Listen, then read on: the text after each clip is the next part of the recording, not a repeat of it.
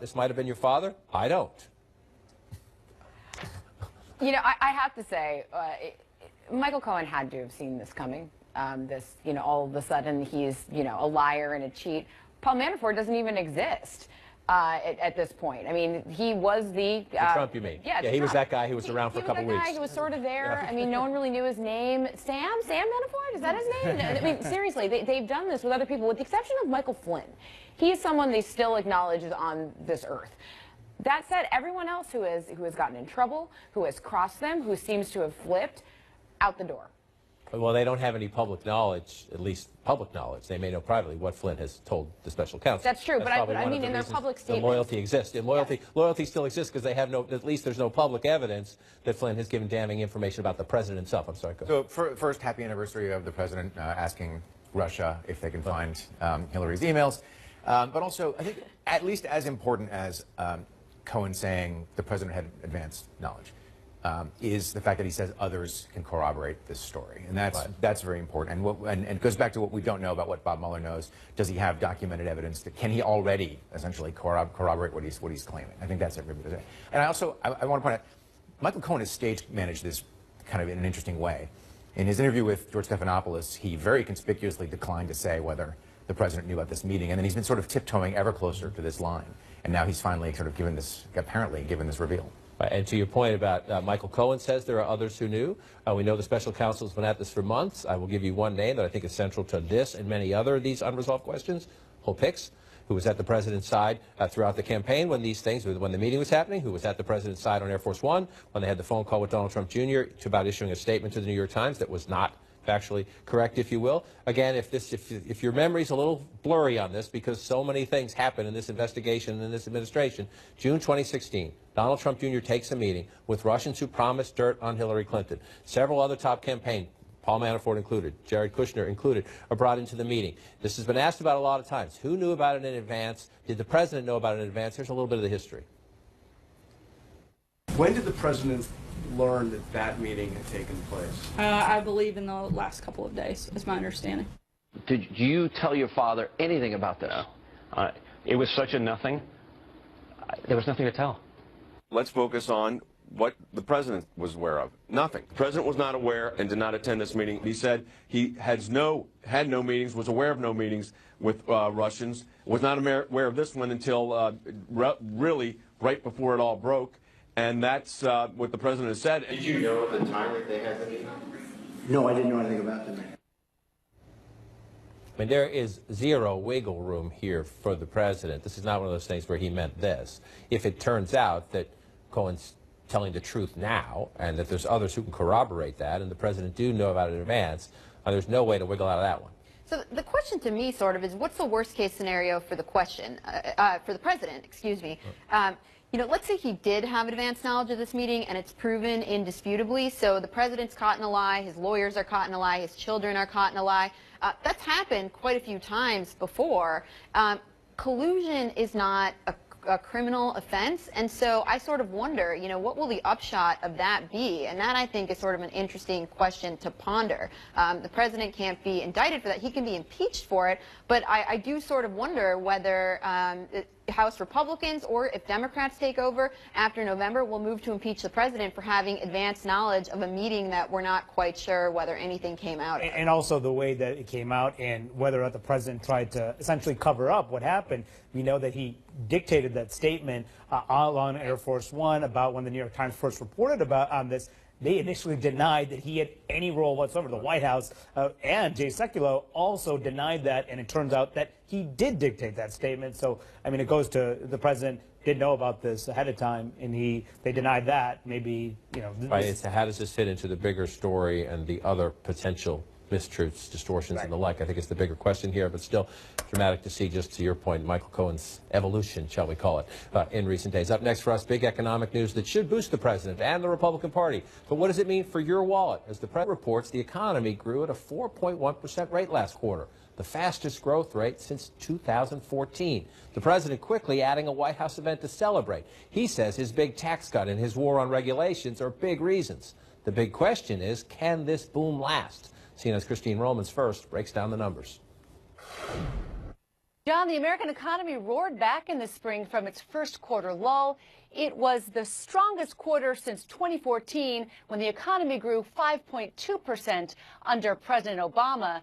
President Trump says this quarter was not an anomaly. In fact, he is promising 3+% annual GDP growth for the year. As the trade deals come in one by one, we're going to go a lot higher than these numbers, and these are great numbers.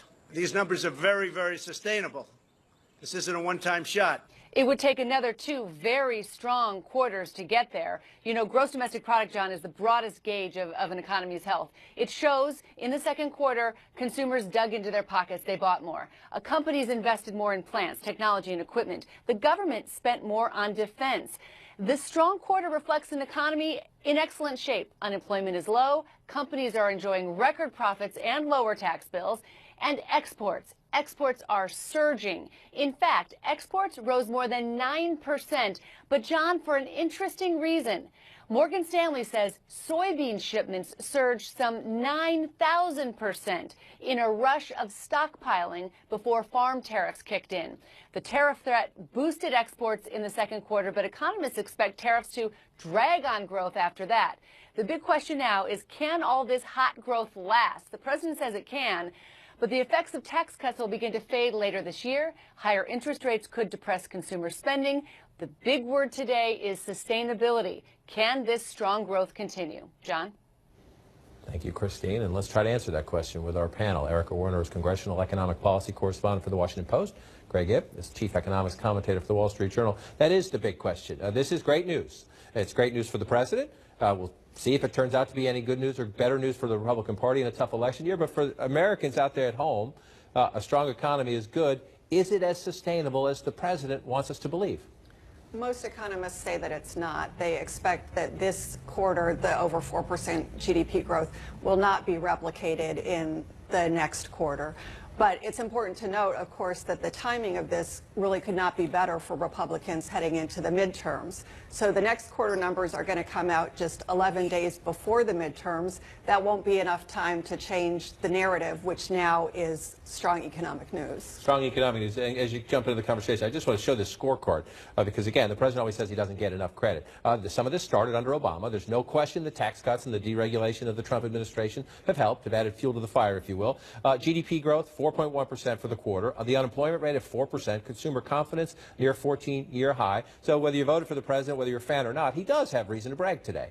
Absolutely. I mean, yes, the 4.1% growth is itself unsustainable. But if you look below the details, you ignore the export stuff, you have consumption growing around 4%, very strong growth in business investment. It looks to me like the underlying trend is around 3%, and that will continue through the third quarter. Can the president take credit? That's the $65,000 question. The tax cut was supposed to help business investment, and we're getting strong business investment. But maybe a lot of that is just because oil prices are up, and so there's a lot of drilling going on. If you look at some of the other numbers, like how much equipment are people buying, that seems to have actually tapered off a little bit. But these little nuances aren't going to matter much either to the president or to voters. It is still underlying all that a very good, solid picture.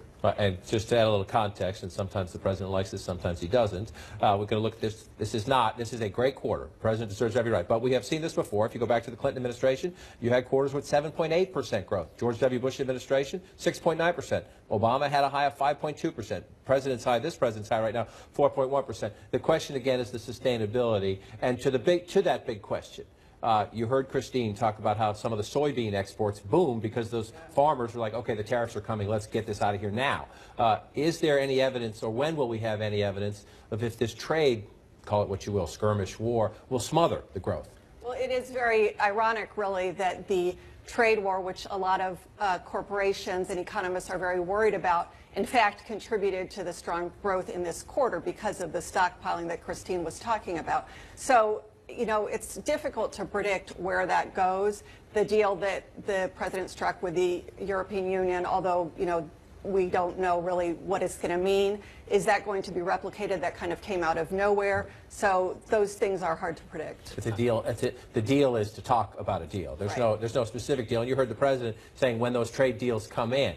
He's been saying that for 18 months. And I would also say that thus far, businesses are very worried about the uncertainty about the trade war, but it doesn't seem to have affected their actual behavior yet, because as the economists keep telling us, the actual numbers don't add up to very much. in a $20 trillion economy. In terms of the sustainability, I would look elsewhere for things to worry about. One of them is the fact that obviously, one of the reasons people are spending a lot of money is they just got a big tax cut. Unless they get another big tax cut next year and the year after that and the year after that, that's got to slow down. The second problem is we are running out of people. A big reason that growth has been so strong is we keep adding 200,000 jobs per month. At the rate our population is growing, that is not sustainable, especially if we go ahead and restrict immigration. If you're Jerome Powell,